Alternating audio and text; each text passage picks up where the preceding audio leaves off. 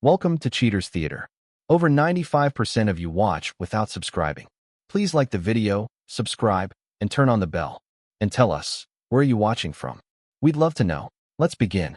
The night I found out my wife was planning to ruin me, I was sitting in my corner office on the 39th floor, watching the city lights flicker like dying stars when my phone buzzed with a message from a number I didn't recognize containing 3 photographs that would change everything. My wife, Vanessa, the woman who smiled perfectly at charity galas and knew exactly which wine to order at every Michelin-starred restaurant in Los Angeles, was kissing another man in those photos. And what made my blood run cold wasn't the betrayal itself, but the calculated way Shed positioned herself in each shot, as if she wanted to be discovered, as if this was all part of some sick game Shed been playing while I'd been building our empire. I didn't throw the phone or curse or feel my heart break, because hearts don't break when you've spent 18 years managing billions of dollars in assets and learning that emotion is just another variable to control. Instead, I enlarged each photograph, studied the angles, noticed the expensive restaurant in the background of the first one, the hotel lobby in the second, the parking garage in the third, and I realized something that would have devastated a weaker man, but only sharpened my focus. Vanessa wasn't just cheating on me. She was orchestrating this revelation, leaving breadcrumbs like some twisted Hansel and Gretel scenario. And she wanted me to follow them because she thought my reaction would be predictable, that I'd rage and threaten and make mistakes that would give her leverage in a divorce. The photographs had metadata still attached, which meant she hadn't even bothered to scrub the location data or timestamps. Another deliberate choice that told me everything I needed to know about her strategy. She wanted me to see exactly when and where Shed been with him. Wanted me to construct a timeline of her betrayal. Wanted me to obsess over the details until I became unhinged enough to do something foolish. I'd seen this exact pattern before in hostile takeovers where competitors would leak information designed to provoke an emotional response that would cloud judgment and lead to tactical errors. I poured myself 2 fingers of scotch from the bottle I kept in my office, a 21-year-old Macallan that cost more than most people spend on groceries in a month, and I sat there drinking it slowly while I processed what I was seeing. The restaurant was Spago in Beverly Hills, expensive enough that Adrian couldn't have afforded it on his own, which meant Vanessa had paid. The hotel was the Sunset Tower, iconic and discreet. Exactly the kind of place someone would choose if they wanted to feel like they were in a movie about glamorous affairs. The parking garage belonged to a building in the Arts District where Adrian apparently had his studio, and the timestamp showed it was taken at 2 in the afternoon on a Wednesday, which meant Vanessa had been there during what I thought were her volunteer hours at the County Children's Medical Center. That detail bothered me more than the affair itself, the casual dishonesty of claiming to be helping ill children while she was actually spending afternoons with her lover. It suggested a level of premeditation and compartmentalization that would have impressed me if it had been deployed in a business context. But in our marriage, it just confirmed what I'd begun to suspect over the past 2 years. Vanessa had been planning this for a long time, building her exit strategy piece by piece while I'd been focused on quarterly earnings and portfolio optimization. The man in the photos was Adrian Keller, and I remembered him from years ago when Vanessa and I were first dating. She had mentioned him exactly once during a dinner party where too much wine had loosened her tongue, describing him as her first real love, the one who'd chosen art over stability, passion over practicality, and Shed said it with this wistful tone that should have warned me then that some part of her had never let him go. I dismissed it at the time because Adrian was nobody, a struggling painter living in some worn loft in the Arts District, barely scraping together rent, while I was pulling down 8 figures annually and building a reputation as one of the most ruthless fund managers in the industry. Now, sitting in my office with those photographs glowing on my phone screen, I understood what Vanessa was really doing. This wasn't about Adrian. This was about punishing me for something she couldn't articulate, some crime I'd committed by being exactly what Shed signed up for when she married me.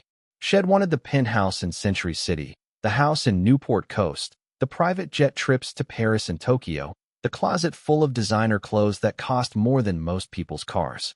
But somewhere along the way, she decided that material comfort was a prison and I was the warden. Never mind that Shed been an enthusiastic inmate for 13 years. I called Daniel Park, my head of security, even though it was past midnight, because when you pay people enough, they answer on the second ring, no matter what time it is. I told him I needed a full workup on Adrian Keller. Everything from his financial situation to his daily routines. And I needed it by morning because ID learned a long time ago that information is the only real currency that matters. Daniel didn't ask questions because that's what I paid him for, the discretion as much as the competence. And he simply said he'd have a comprehensive report on my desk by 8. I didn't go home that night. Instead, I stayed in the office and went through our financial records, every joint account, every investment portfolio, every piece of property that had both our names on it. The prenup Wed signed was airtight because ID had the best lawyers in California draft it, and infidelity voided most of Vanessa's claims on my assets. But I needed to verify every detail because in my world, you don't trust documents without reading them yourself. By the time the sun started rising over downtown Los Angeles, painting the glass towers in shades of gold and orange, I had a complete picture of exactly how much Vanessa stood to lose. If I played this correctly, Daniel's report arrived at 7:58, 2 minutes early as always, and what I read made me smile for the first time since receiving those photographs. Adrian Keller was drowning in debt. His art career had stalled years ago. The galleries that used to show his work had moved on to younger talent, and had been trying to pivot into music with the same lack of success. He owed back taxes, had maxed out multiple credit cards, and was 4 months behind on rent for the converted warehouse space he used as a studio.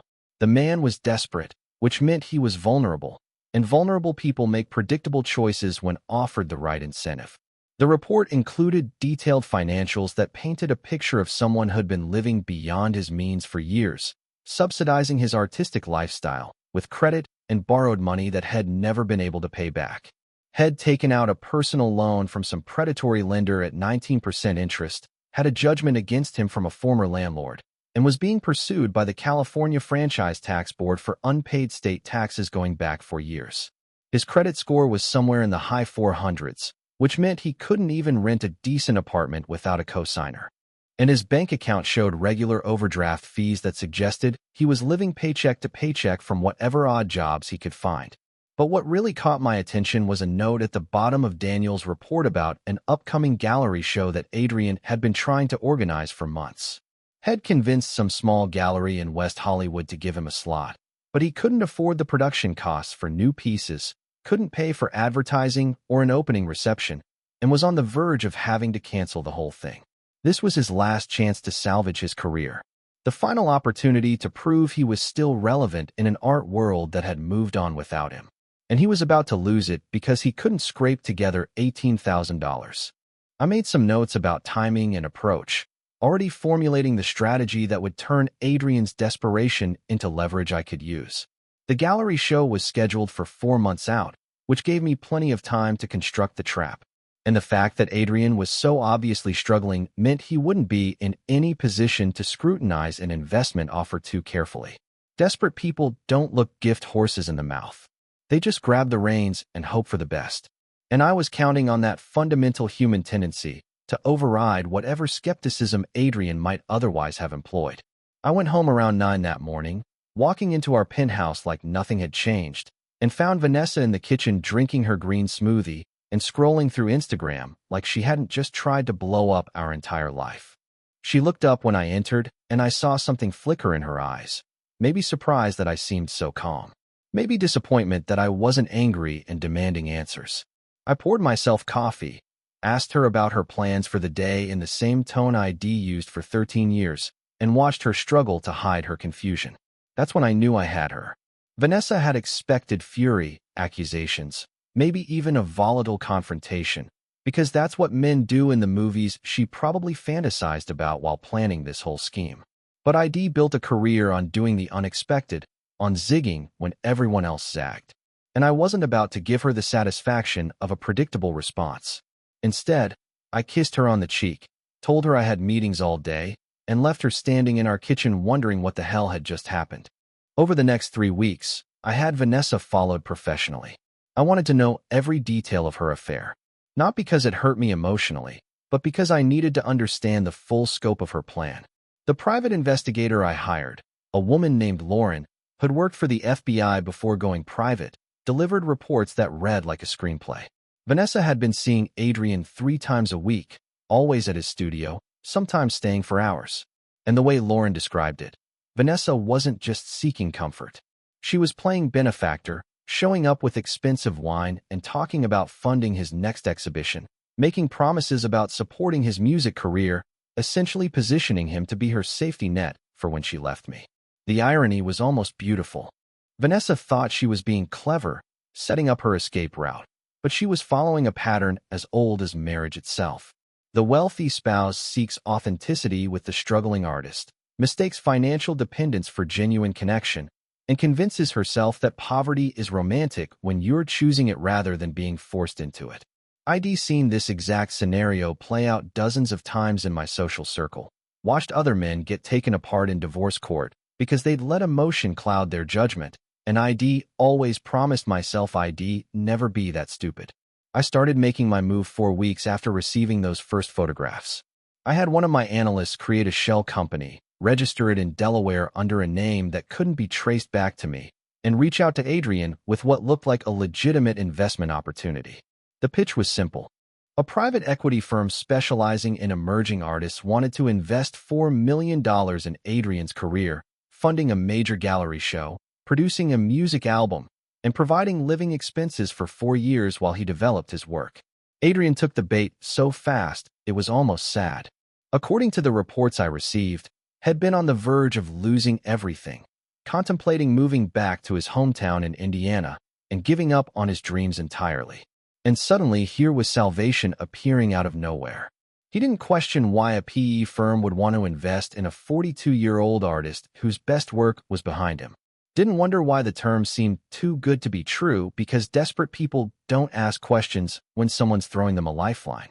The contract was 132 pages long, filled with standard investment language that any lawyer would recognize as boilerplate. But buried on page 91 was a non-disclosure clause that prohibited any contact with parties who might have competing financial interests or prior relationships that could compromise the investment. The language was deliberately vague. Written by lawyers had spent decades crafting clauses that could mean almost anything you wanted them to mean in court. And the penalty for violation was complete forfeiture of the investment plus liquidated damages of $8 million. Adrian signed without reading it carefully. I know this because the law firm handling the deal confirmed had spent less than an hour reviewing the document before sending it back with his signature, and his own lawyer, some legal aid type head found through a friend, had advised him to take the deal before they changed their minds. The money hit Adrian's account on a Thursday afternoon for $1 million that transformed him from a broke artist into someone with options. And according to my surveillance team, he celebrated by buying a new car and putting a deposit on a loft in Echo Park that actually had working plumbing. Vanessa found out about Adrian's windfall 4 days later, and I watched her reaction through the camera system I'd installed in our penthouse months ago. She'd been checking her phone obsessively, probably waiting for messages from Adrian that weren't coming anymore. And when she finally called him, I could hear the confusion in her voice, even through the speakers. He told her about the investment, described it as a miracle, his big break after years of struggling. And then he said something that made Vanessa go completely still. He told her they couldn't see each other anymore. He explained it apologetically, said the investment contract had some restrictions about personal relationships that might create conflicts of interest, and he couldn't risk losing this opportunity for anything, not even for her. I watched Vanessa's face crumble and then harden in the space of about 5 seconds. Watched her process what this meant, and I saw the exact moment she realized she'd been outmaneuvered, but didn't yet know by whom. She tried to convince him. I could hear her voice getting higher, more desperate, asking him if their time together meant nothing, if he was really going to choose money over what they had. And Adrian's responses got quieter and more apologetic until he finally just hung up. Vanessa sat on our sofa for almost an hour afterward, not moving, not crying, just staring at nothing. And I knew she was trying to figure out how her carefully constructed plan had fallen apart. I watched her through the security feed from my office downtown, seeing her pick up her phone and put it down again dozens of times, watching her pour herself wine and then not drink it, observing the way she kept touching her face like she was checking to make sure she was still real. This was the moment I'd been waiting for, the precise instant when all her confidence and manipulation collapsed under the weight of realizing she'd lost control of her own scheme, and I felt something close to satisfaction watching it happen in real time. She eventually got up and walked through our penthouse like she was seeing it for the first time, running her hands over the expensive furniture and custom artwork, standing at the floor-to-ceiling windows, looking out over the city Shed thought she was about to conquer on her own terms. I could read her thoughts in her body language, could see her calculating the value of everything around her, and realizing that without me, without the financial infrastructure ID built, she'd be just another middle-aged woman with a liberal arts degree and no marketable skills trying to make it in one of the most expensive cities in America. I gave her 8 days to stew in it before I made my next move. During that time, I watched her go through stages of grief that would have been touching if she hadn't been grieving the loss of her escape route rather than any genuine emotion. She tried calling Adrian dozens of times, sent him texts that went unanswered, even showed up at his new loft once only to find head-hired security that wouldn't let her pass the lobby. She came home from that particular trip looking like someone had been struck by reality, and I greeted her with the same pleasant indifference I'd been showing for weeks. The divorce papers arrived at the penthouse on a Wednesday morning, delivered by a process server who looked uncomfortable handing them to someone in a silk robe drinking artisan coffee. I timed it perfectly because Vanessa had just gotten out of the shower, and there's something particularly devastating about being served divorce papers when you're still wrapped in a towel and your hair is dripping wet. She read through the first page, which cited her adultery as grounds for divorce and referenced the prenuptial agreement's infidelity clause. And then she looked up at me with something I'd never seen in her eyes before, genuine fear. I explained it to her calmly, using the same tone I'd used to describe a particularly complex financial instrument to a client. The prenup she'd signed entitled her to a modest settlement, about $2.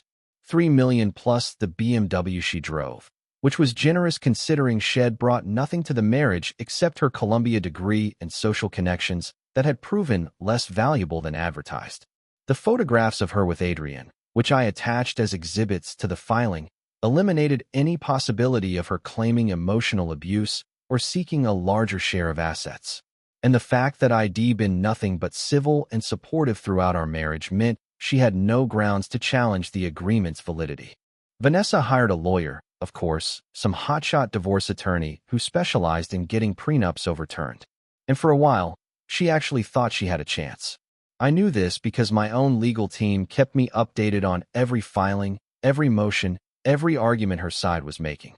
They were going with the emotional abuse angle, trying to paint me as a cold, controlling husband who'd isolated her from friends and used money as a weapon. But the problem with that strategy was that I had 13 years of receipts showing the opposite. I had emails where Vanessa thanked me for birthday gifts, vacation plans, surprise dinners at her favorite restaurants. I had texts where she told friends how lucky she was to have such a generous husband. I had photographs from charity events where she smiled adoringly at me while wearing jewelry I'd bought her. And I had witnesses from our social circle who could testify that I'd never been anything but respectful and attentive in public. Never raised my voice. Never made a scene. Never gave anyone reason to think our marriage was anything but perfect.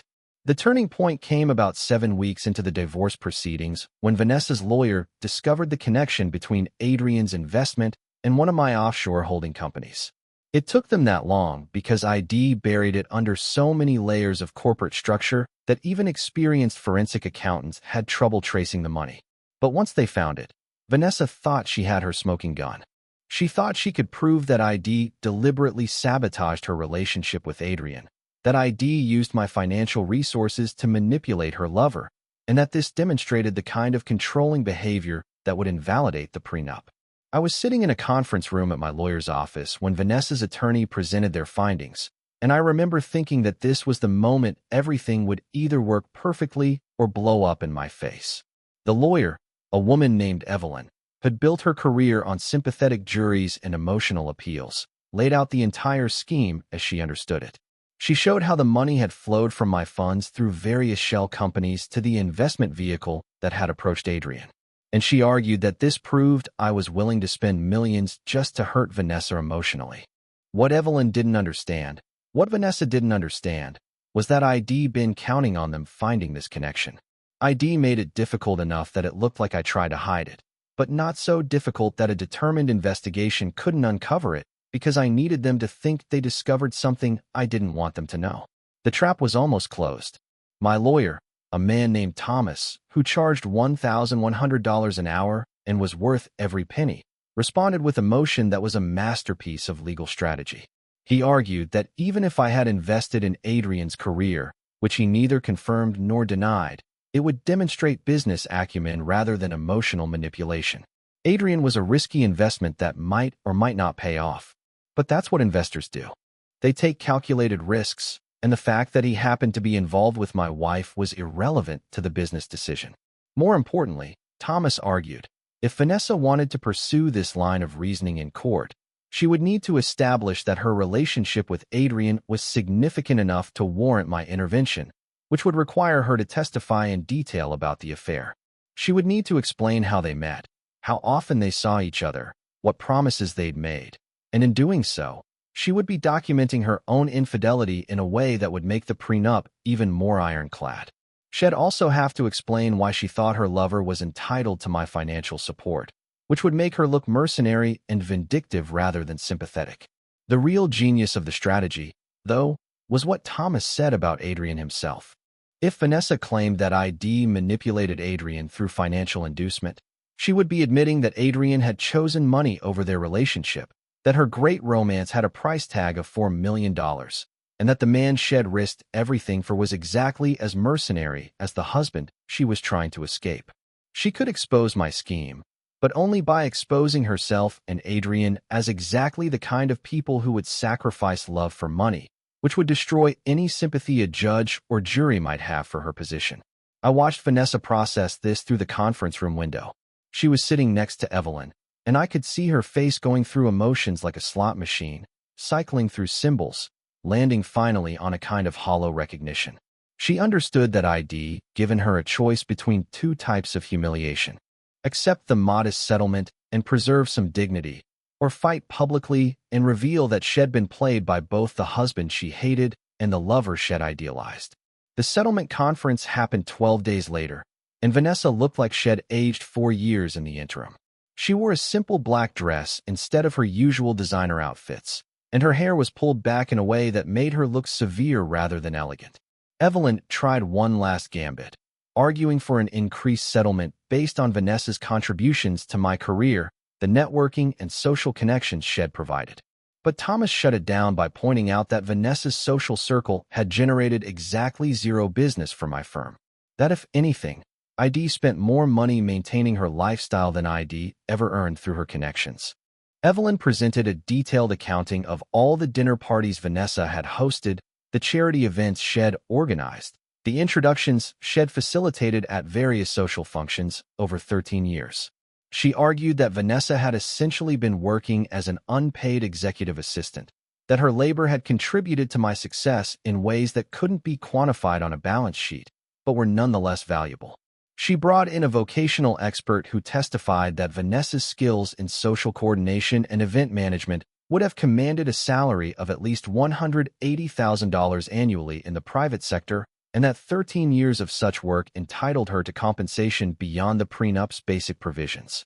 Thomas countered with emails ID provided showing that Vanessa had explicitly refused opportunities to work, that she'd told friends multiple times that she preferred being a society wife to having a career, and that her charitable activities had been chosen for their social prestige rather than any genuine commitment to service. He produced receipts showing that ID paid professional event planners for most of the dinner parties Evelyn was citing, that Vanessa's role had been primarily decorative rather than functional, and that the few genuine business connections she'd facilitated had resulted in relationships that cost me more in entertainment expenses than they generated in revenue. The vocational expert's testimony was dismantled by our own expert, a woman who'd spent 28 years evaluating executive compensation and who pointed out that social skills don't translate into marketable job qualifications without relevant experience or credentials. She noted that Vanessa had been out of the workforce for 13 years, had no advanced degrees beyond her undergraduate education, and would likely struggle to find employment paying more than $55,000 or $65,000 annually, if that. She said that while Vanessa might have hosted nice parties, that didn't constitute professional experience in event management, and that claiming otherwise was like saying someone who enjoyed cooking could work as an executive chef. We settled for $2. $5 million, slightly more than the prenup specified because I wanted to seem magnanimous, and because the extra $200,000 was nothing compared to what I would have lost if she'd fought and won.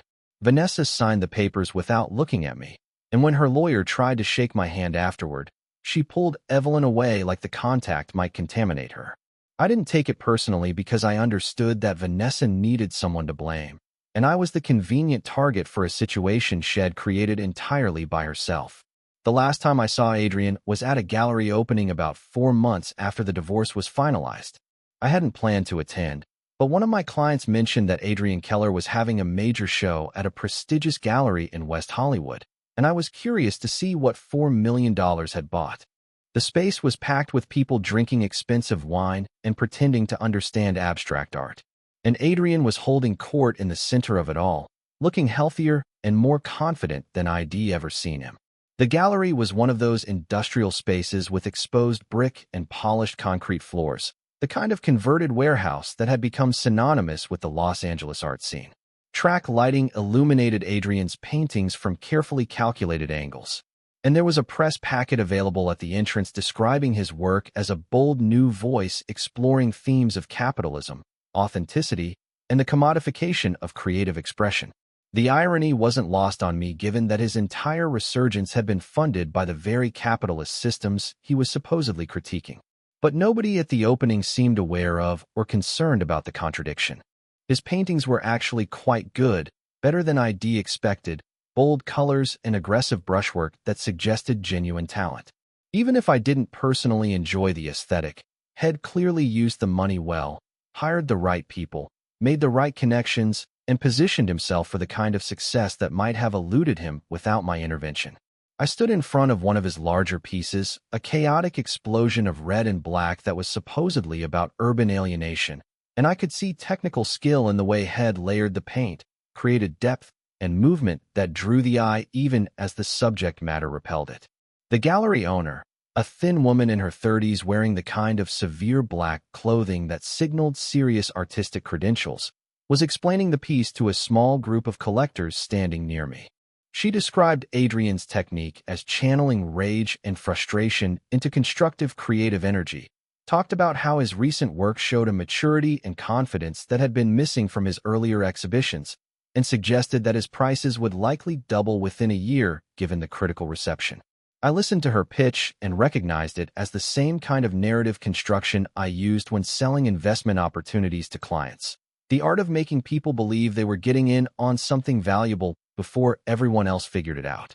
Adrian was standing about 20 feet away, surrounded by admirers and potential buyers, and he looked like a completely different person from the desperate artist whose financials I'd reviewed months earlier. He wore an expensive suit that fit him perfectly, had gotten a haircut that made him look sophisticated rather than bohemian, and moved through the crowd with the kind of ease that comes from knowing you're successful and knowing everyone else knows it, too. He was telling a story about his creative process, gesturing dramatically with a wine glass in one hand, and the people around him were laughing at something Head said, leaning in like they wanted to be part of his orbit. We didn't speak. We just looked at each other across the gallery space, and I saw in his eyes that he knew. Maybe Head figured it out himself, or maybe Vanessa had told him during one of her desperate attempts to contact him. But he understood that I was the source of his good fortune and the price Head paid for it. He looked like he wanted to say something, maybe thank me or curse me or demand an explanation. But the NDA clause in his contract covered any communication with me specifically, and he was smart enough not to violate it in a room full of witnesses. I bought one of his paintings before I left, a smaller piece that cost $55,000 according to the price sheet, and I had it delivered to my new apartment in downtown Los Angeles. I hung it in my bedroom where I could see it when I woke up each morning, a reminder that everything and everyone has a price, and that the real skill in life isn't avoiding payment, but knowing exactly what you're buying. Vanessa moved to Santa Barbara after the divorce into a bungalow near the beach that she bought with her settlement money. I heard through mutual acquaintances that she'd reinvented herself as some kind of life coach, teaching wealthy women about authentic living and breaking free from unhealthy relationships, which was the kind of irony that would have made me laugh if I was the type of person who laughed. She apparently never mentioned Adrian in her new narrative, having erased him as completely as she tried to erase our marriage. And I respected that in a way because it showed she'd learned something from the whole experience. I saw her once more about a year after everything ended at a charity gala in Beverly Hills that I couldn't avoid without causing offense to important clients. She was there with some new boyfriend, a yoga instructor or meditation teacher, or some other profession that suggested spiritual depth without financial stability. And she looked genuinely happy in a way she'd never looked with me. When our eyes met across the ballroom, she didn't flinch or look away, just gave me a small nod that acknowledged our shared history and the mutual damage we'd inflicted on each other. I nodded back and returned to my conversation with a potential investor, and I didn't think about Vanessa again for the rest of the night, because ID learned that the past is only useful as data for predicting future behavior, not as something to dwell on or regret. She'd wanted to hurt me, and ID hurt her worse. Not because I was cruel, but because I was better at the game she'd started. And in a weird way, I think we both got what we needed from the whole mess. Adrian's career continued to flourish, at least for a while. He had a second show that was even more successful than the first, started dating a young actress who appeared in some streaming series ID never heard of, and seemed to be living the life Vanessa had promised to give him before ID made it possible instead.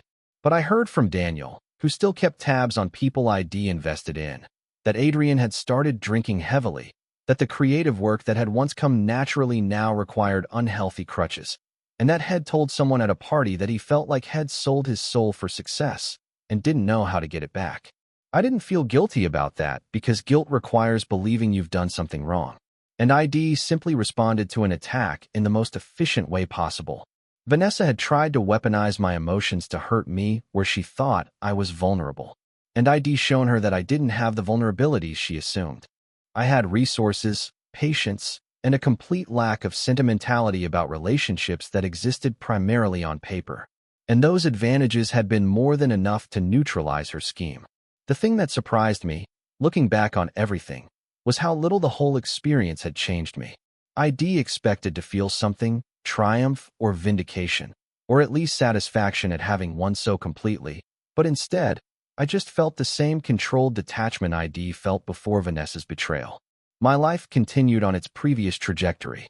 I still managed billions of dollars in assets, still attended the same social events, still woke up alone in apartments that were elegantly decorated but fundamentally empty. Sometimes late at night, when I couldn't sleep and the city lights were the only illumination in my bedroom, I'd look at Adrian's painting and wonder what it would have been like to care enough about someone to be devastated by their betrayal.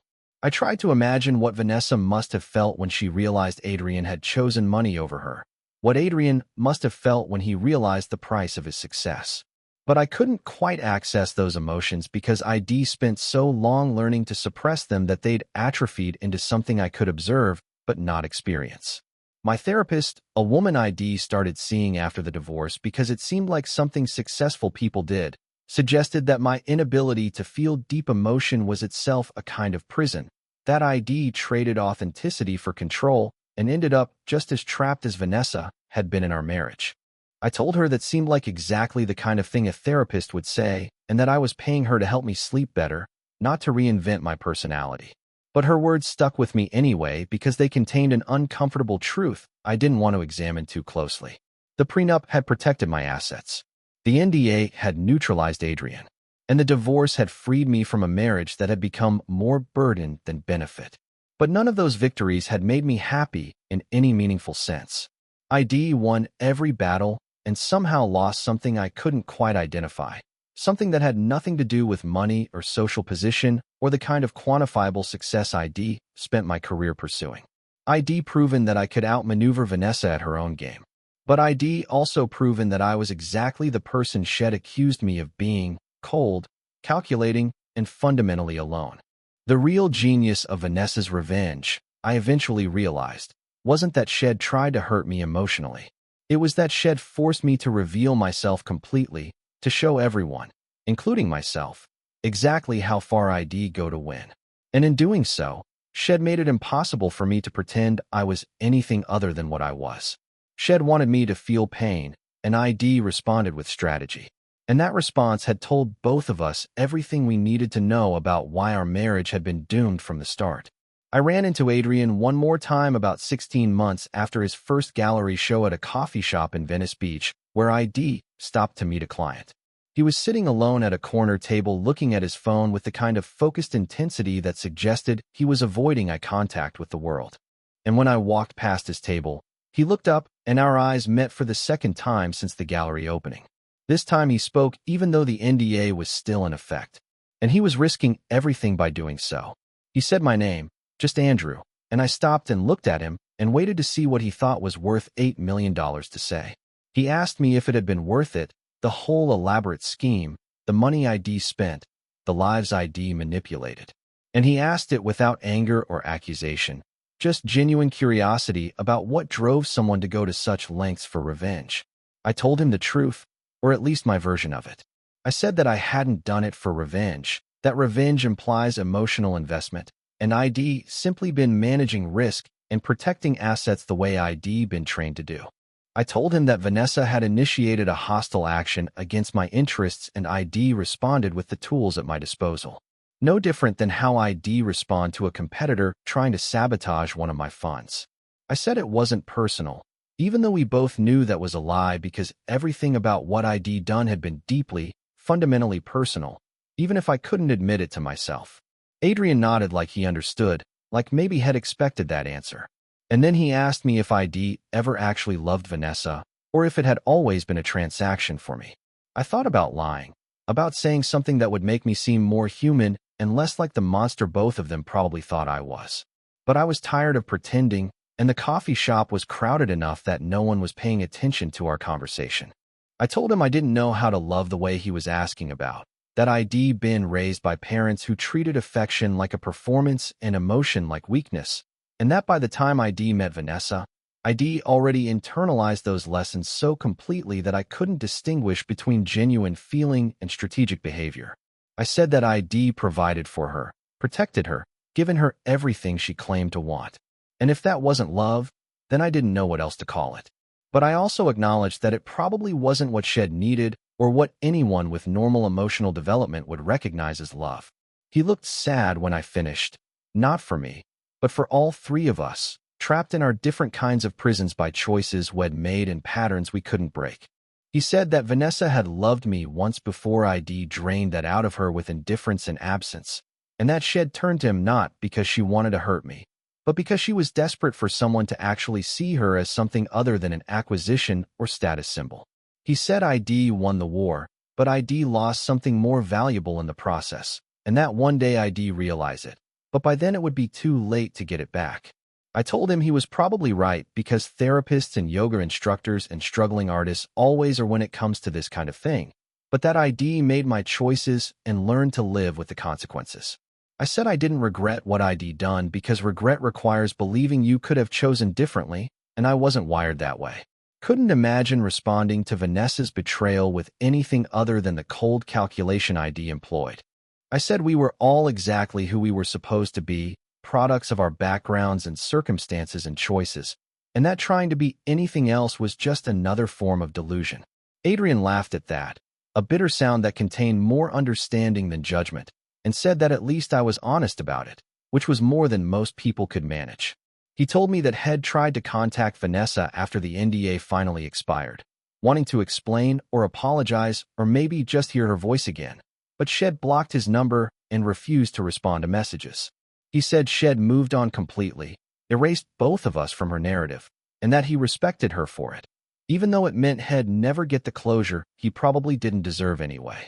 We shook hands before I left, a strange gesture between two men who had been locked in a shadow war orchestrated by a woman neither of us had truly understood.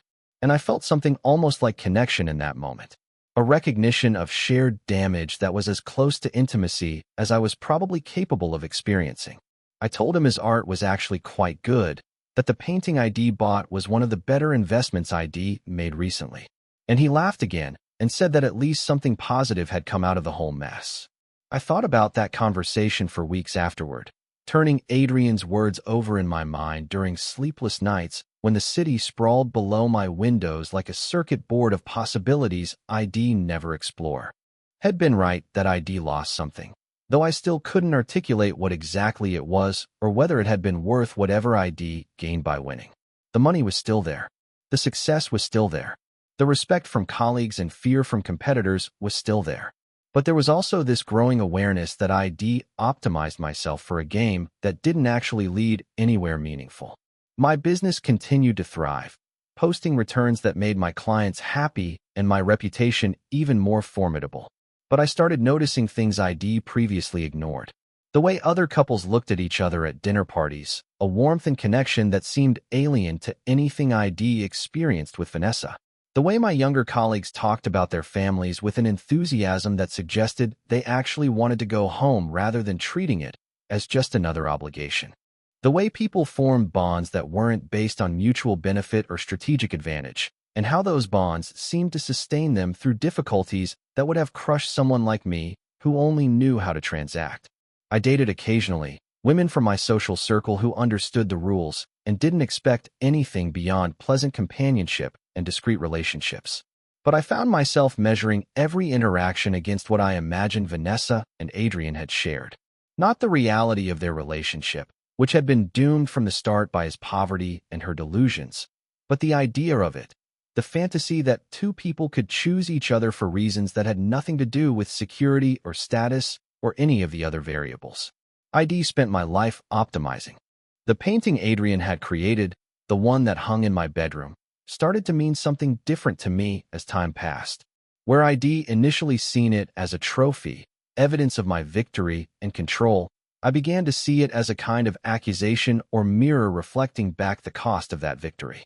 The chaotic red and black brushstrokes that supposedly represented urban alienation looked more like emotional devastation the longer I lived with them. And I sometimes wondered if Adrian had known when he painted it that it would end up in my possession.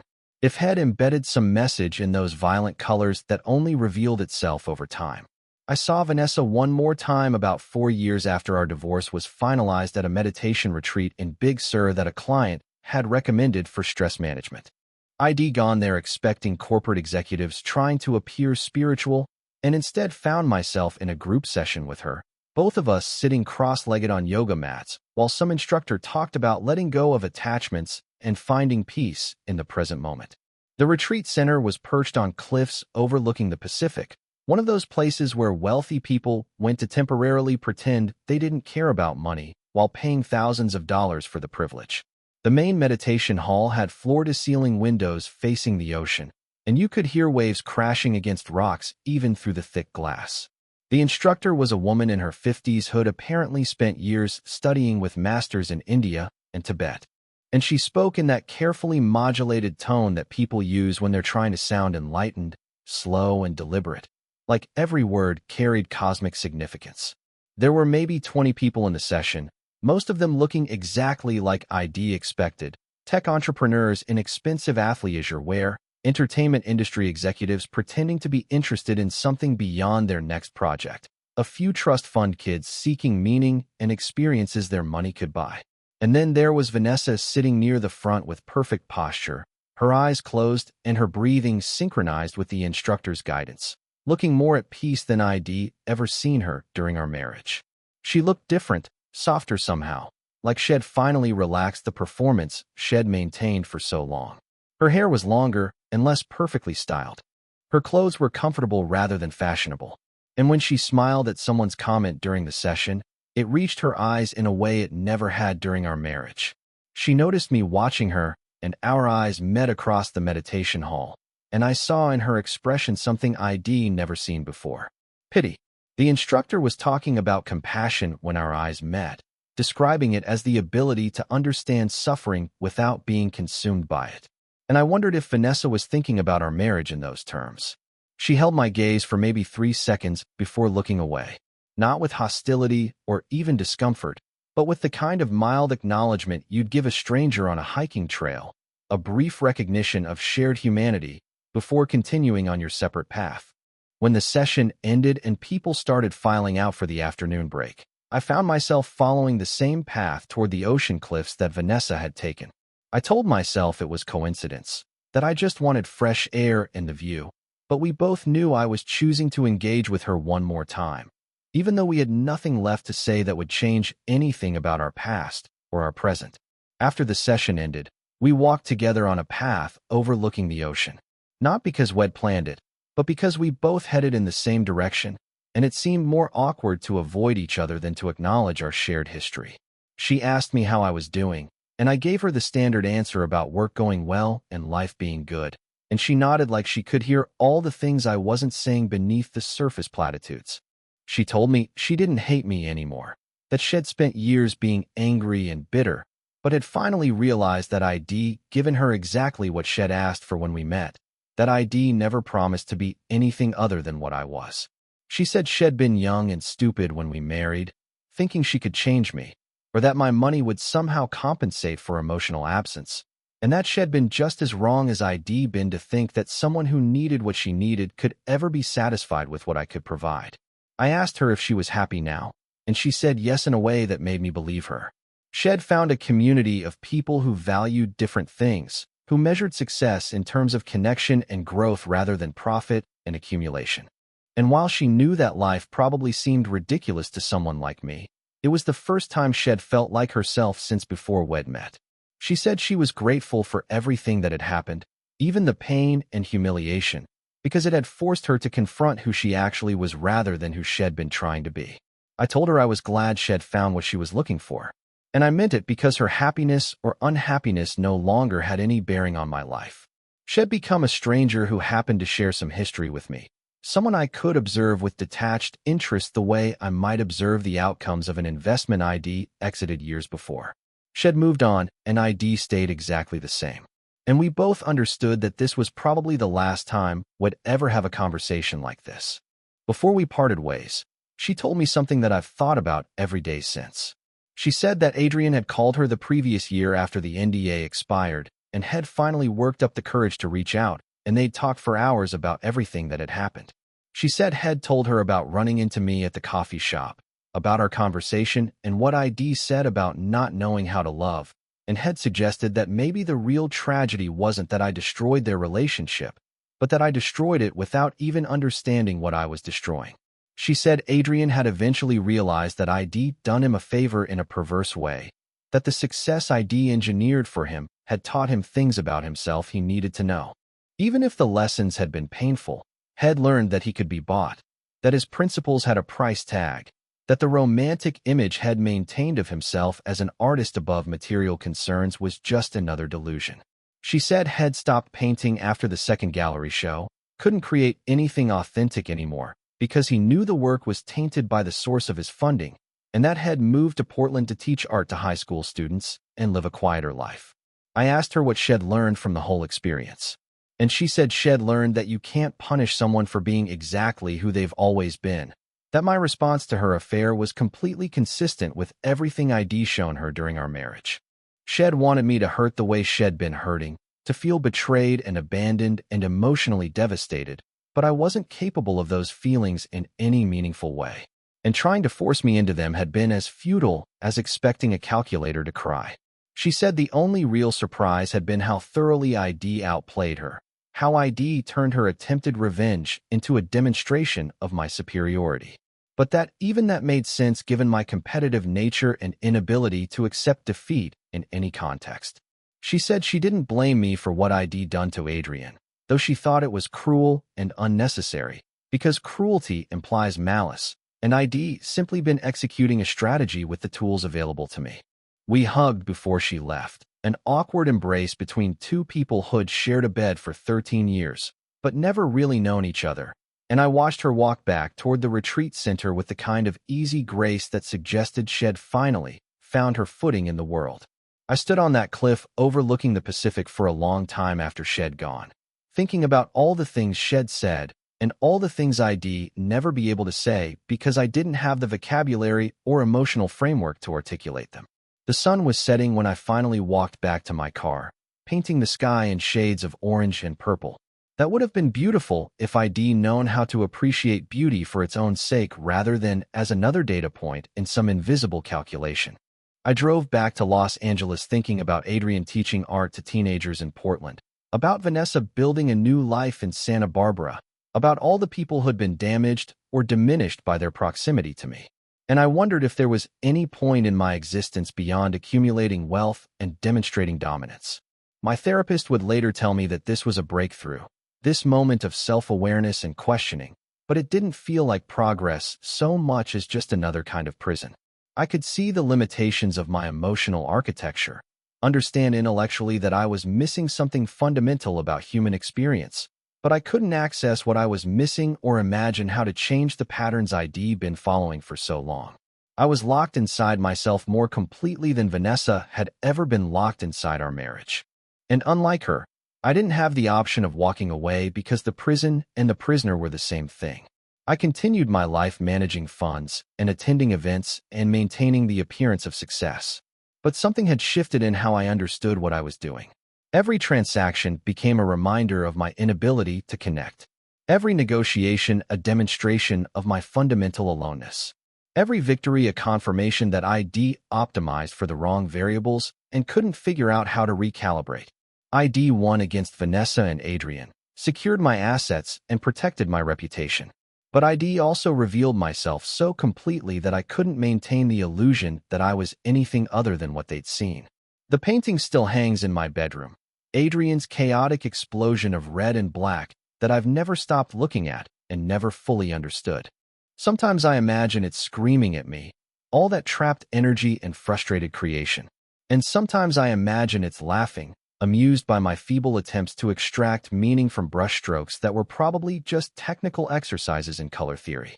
Either way, it's the closest thing I have to a memorial for everything that happened, a $4 million reminder that victory doesn't always feel like winning. I'm 48 now, for years past where I was when Vanessa first tried to ruin me. And the life I've built looks impressive from the outside, but feels increasingly hollow from the inside. My net worth has doubled. My reputation has grown, even more formidable. And younger analysts study my trades the way music students study classical composers. But none of that changes the fundamental isolation that defines my existence. I wake up alone, work alone, even when surrounded by people, and sleep alone in rooms filled with expensive things that mean nothing beyond their price tags. Sometimes I wonder what would have happened if I'd responded differently to Vanessa's affair. If I'd allowed myself to feel hurt or betrayed, or any of the emotions normal people experience when their partner violates trust, maybe we would have divorced anyway. But maybe it wouldn't have become this elaborate game of manipulation and revenge. Maybe I wouldn't have damaged Adrian's creative spirit or confirmed Vanessa's worst assumptions about my emotional capacity. Maybe I would have learned something about myself beyond the fact that I'm very good at winning battles that don't actually matter. But that's the kind of speculation that leads nowhere productive, the emotional equivalent of day trading based on what stocks did yesterday, instead of what they'll do tomorrow. I am who I am, shaped by experiences and choices I can analyze, but not undo. And the best I can manage is this kind of cold self-awareness that acknowledges the damage without claiming the right to regret it. Vanessa found her peace. Adrian found his humility. And I found confirmation of everything I'd always suspected about myself. And those outcomes are probably the only ones that were ever possible given who we all were beneath the performances we maintained. The city spreads below my windows tonight like it has for thousands of nights before, millions of lights representing millions of lives I'll never know or understand. And I'm sitting here writing this not because anyone will read it or care, but because sometimes the only way to process experience is to convert it into data that can be stored and analyzed. This is my story. The chronicle of a marriage that was never really a marriage and a victory that was never really a victory. And the only thing I've learned from all of it is that being right doesn't make you happy, and being successful doesn't make you less alone. I won. Vanessa lost. Adrian learned an expensive lesson, and all three of us ended up exactly where we probably deserved to be, shaped by the choices we made and the people we already were, playing out scripts written long before we met each other at that gallery opening 18 years ago where everything started. That's the truth of it, stripped of sentiment and illusion. And it's all I have to offer anyone who might wonder what happens when cold calculation meets desperate emotion and everyone involved refuses to back down from positions that were always fundamentally incompatible. We hurt each other because that's what people do when they can't love each other properly. And we justified it with different philosophies. but the results were the same. Damage that couldn't be undone. Lessons that came too late to matter, and the kind of Pyrrhic victory that feels more like defeat the longer you live with it. This is my confession and my justification, my explanation and my epitaph. And I'm putting it down here not because I expect absolution, but because even cold calculation eventually demands an accounting. That's the end of today's story. If you haven't yet, please like the video, subscribe, and turn on the bell. What are your thoughts? Share them in the comments. We read them all. And thanks for watching. You're always welcome here.